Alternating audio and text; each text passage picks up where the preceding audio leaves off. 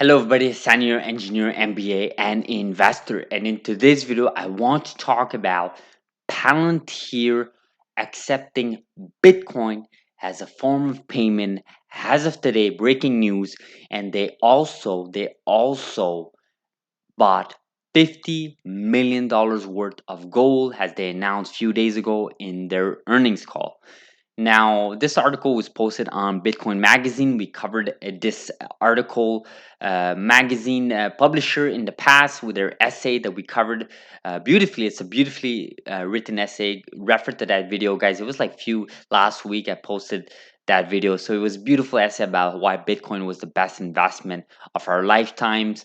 Love the points that were made by the author there. But the same publisher here, Bitcoin Magazine, they published this new article today, 6 hours ago. Billionaire Peter Thiel Palantir to accept Bitcoin payments, right? So Peter Thiel, one of the co-founders of Palantir, billionaire, one of the co-founders of PayPal. Most of you know PayPal by now. Peter Thiel has been always this individual that's always like against institutions, governments.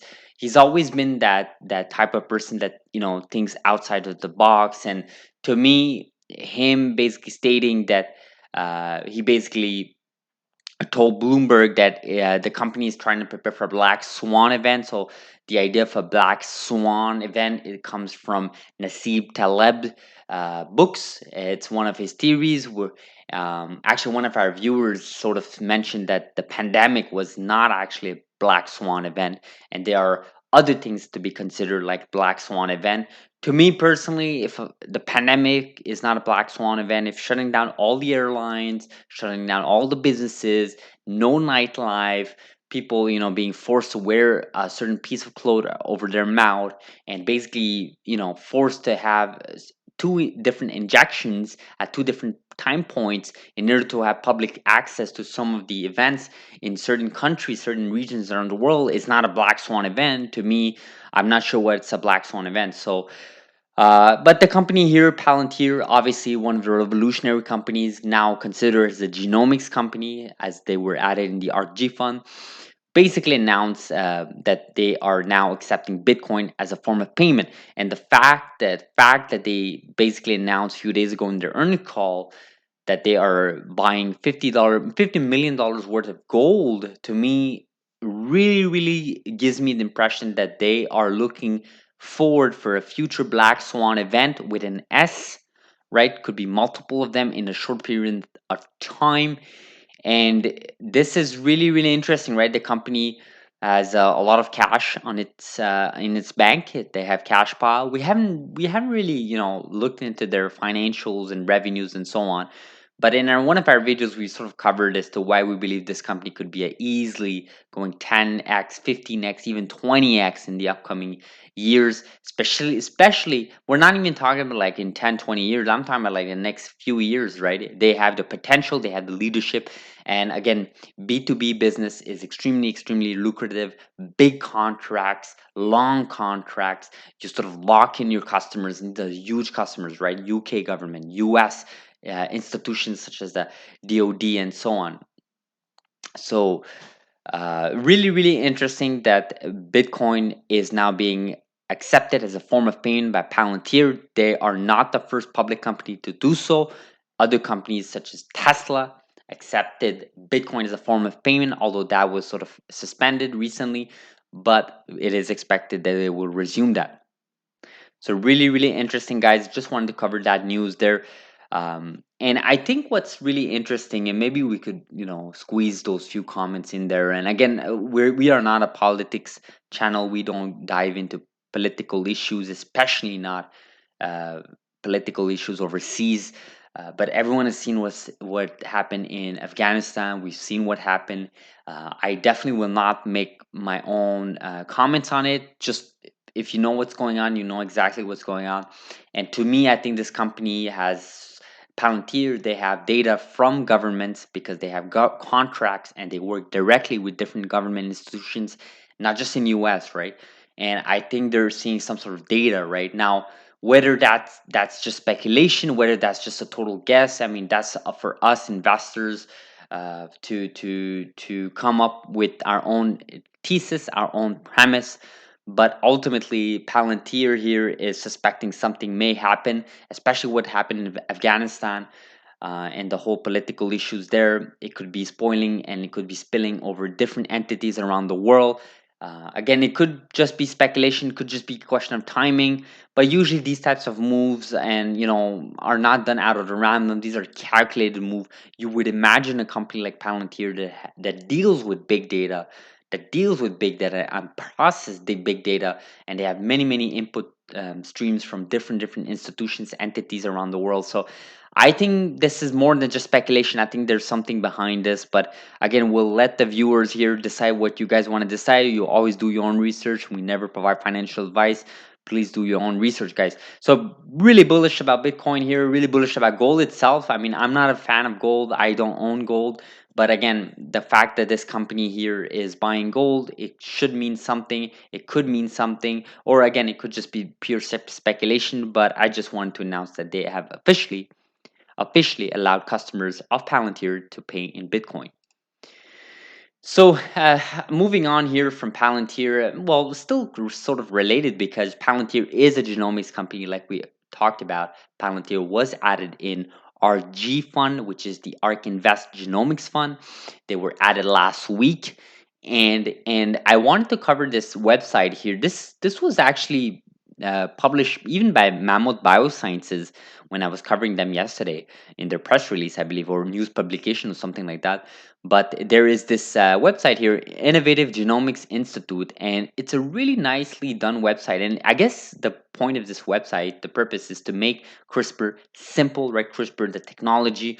I think a lot of investors look at this space and uh, they sort of get overwhelmed with the amount of information, right? If you're deep in the weeds and if you're looking at these specific technologies such as Caribou Sciences with Chardonnay's rDNA or the traditional CRISPR therapeutics, uh, first gen CRISPR cut scissors, whatever you want to call them, or if you look at Beam Therapeutics, what they're doing with base editing and prime editing, and then you have Graphic Biosciences with their HDR side of things to reduce loss off targets. There's a lot of things going on right now, right? Even in vivo, ex vivo, there's a lot of things going on in this space, and I think it could be very overwhelming. So, why I wanted to cover this is again, guys, don't forget, always try to dumb down information, especially when you're talking to your friends, families, or other investors.